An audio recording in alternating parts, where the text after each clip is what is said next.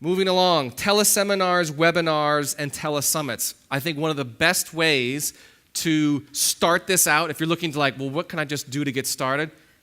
Do a teleseminar. It's easy peasy, right? Fabienne did many, many teleseminars when she started to shift from like the networking and speaking to then online, right? She did her like weekly or monthly teleclass, how to attract all the clients you need.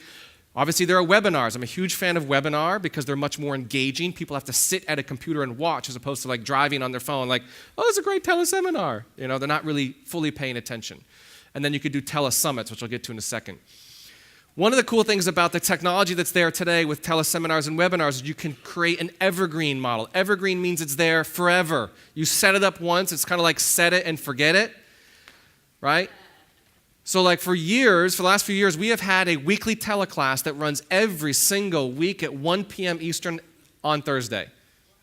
Every single week for maybe 2.5 years. It's just a replay. It's the same. And you may say that's inauthentic. It's not live. Well, this is where I'm leveraging the technology and leveraging the ability to get our message to more people. Yes, it's not live, and they probably know that. I'm okay with it because if some people get value from it, then I've done my job.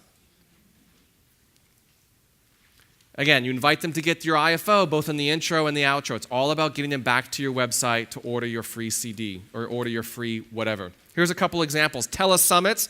A telesummit is when you bring other people together with you and say, let's host a series of teleclasses, and we'll all share it to our own networks to build a collective platform.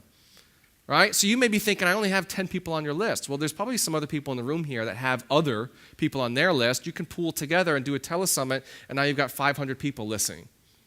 All right? That's a great way to build your list. Here's an example we did a couple of years ago. I remember this telesummit because I just started working with Fabienne. You can tell from the picture.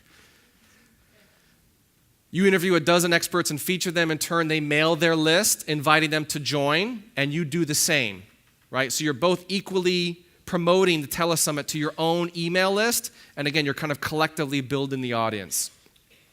But if you're hosting it, then they all come to your website, and then they join your list. So I definitely recommend hosting the telesummit if you can do that. Here's an example. Shelley, one of our platinum clients, she's been doing this telesummit for the last couple of years, very, very successful. Leading the transformation, wisdom from leaders of the holistic psychotherapy movement telesummit. Fantastic way to build your list. Shelley did an event recently with over 100 people built off of a telesummit.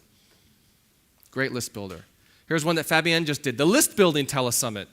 Right? She participated as a guest. Great exposure. Not to mention, obviously, the list building part, but talk about like credibility and also, getting out there, getting visible. It's a great way to get your service out there.